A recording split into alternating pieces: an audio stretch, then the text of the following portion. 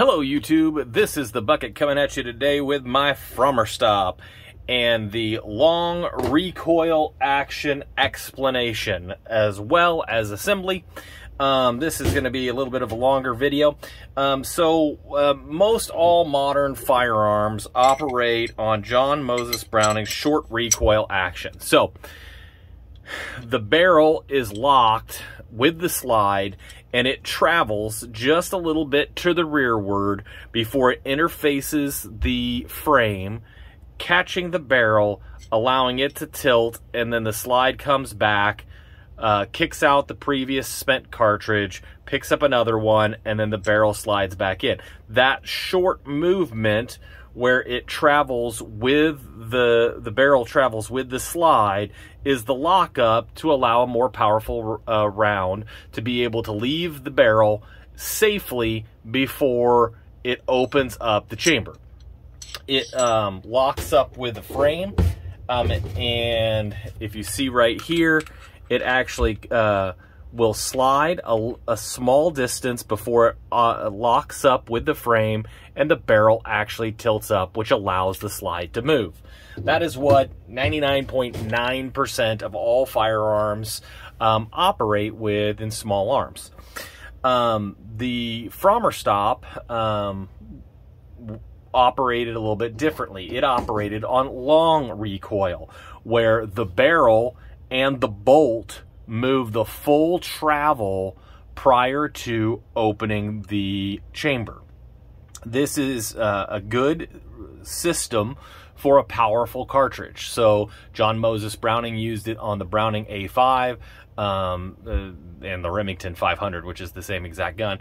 The Shoshaw, the World War I machine gun, operates on the exact same system. So when we look at the Frommer, this right here is the frame.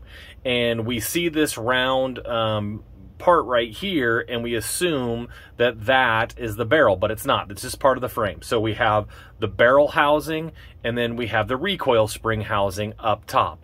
Now, this gun was used in World War I, so obviously it's old. You can see all the pitting and whatnot. And I think that shows the character of the firearm. You can see where bugs have eaten into the grips here. It really could use a good deep cleaning for sure. But that is all that is. All the meat and potatoes is right here in the barrel and the bolt housing. So when we look right here,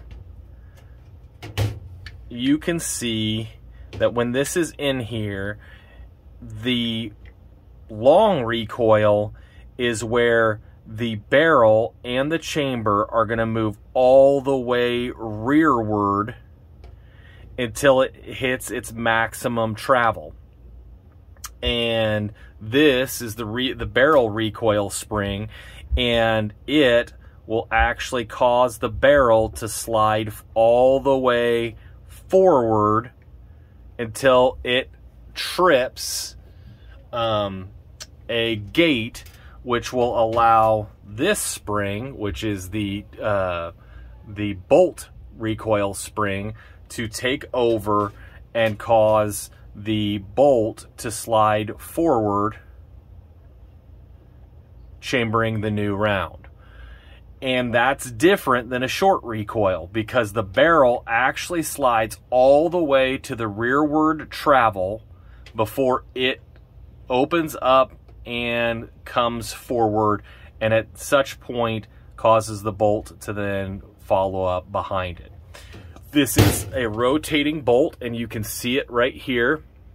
As we open it up, it rotates, allowing the spent casing to be picked up and kicked out. And if you look, we can actually take that out. You can see the extractor right here, and it is in the extract position. So we have to line up the bolt with this cutout. You can see the cutout right here. And when we line it up, it'll actually rotate in. And when it's partially in, you can see it pushes out the extractor out of the way. And that's how, when it comes all the way back and the barrel opens up as it moves forward, it will allow that extractor to kick out the previous casing, and the bolt will strip off the next round, chambering it into the barrel and making the gun ready to fire again. If you look right here, you can see that there is 2 cutouts in the bolt which interface with this gate, and it's spring loaded. You can actually push it in, and when the barrel goes into the housing, remember, these are interfacing the bolt, which are locking it into place, not allowing it to come home.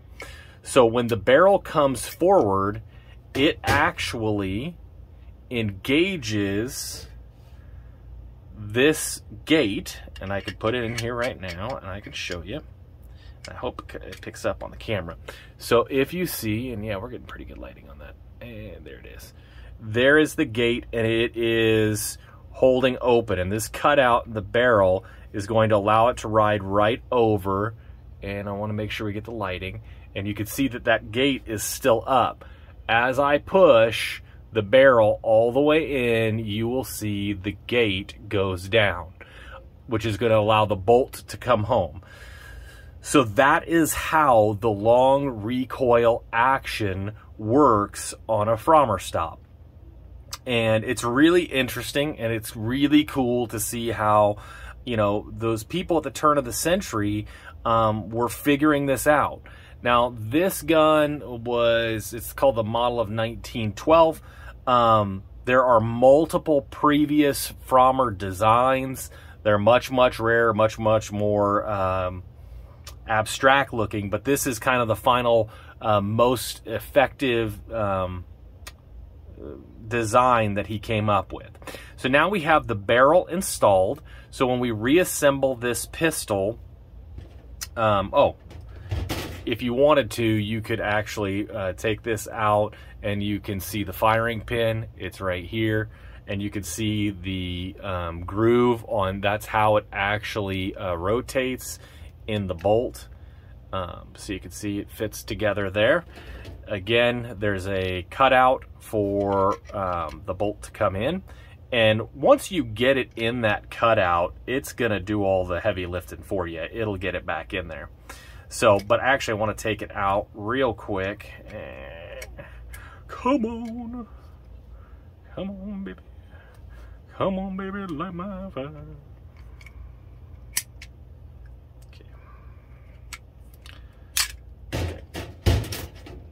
So, the recoil spring actually, you could see the cutout here, that there's 2 wings, and there's 2 wings on this. So this actually locks up like that, and that's how the this recoil spring can interface with the bolt, causing it to come back in. That's going to be important to understand as you reassemble the pistol. So the first thing we're going to need to do is go ahead and let's put all this back together.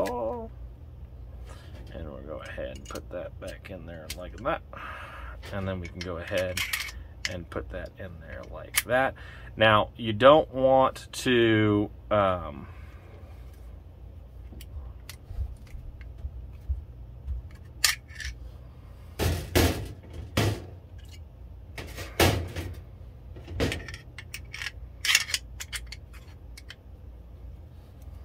you want to go ahead and put this rod in first, and when you get it in, you do have to use this tool here to lock it into place.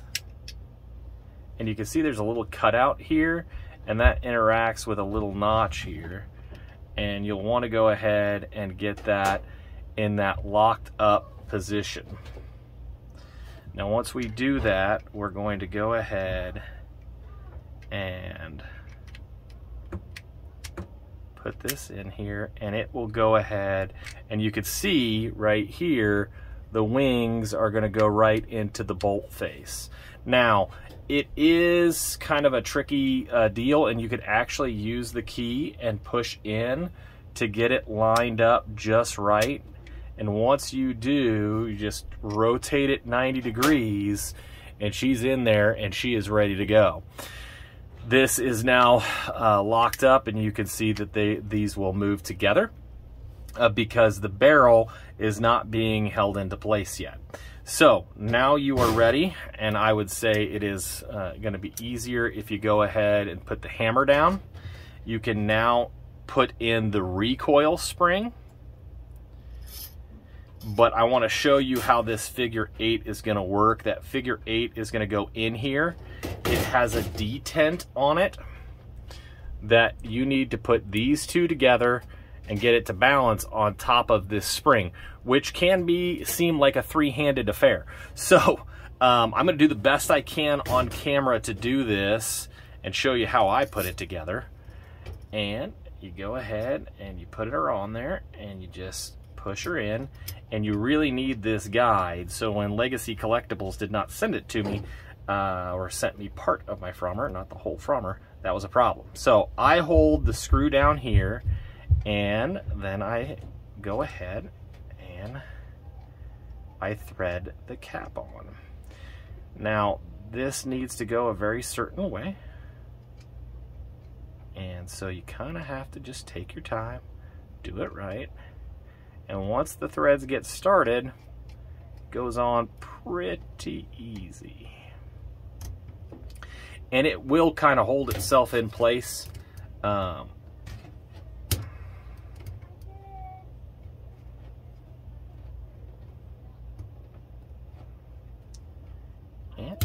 lock her in place. And now I have a locked up frommer ready to go.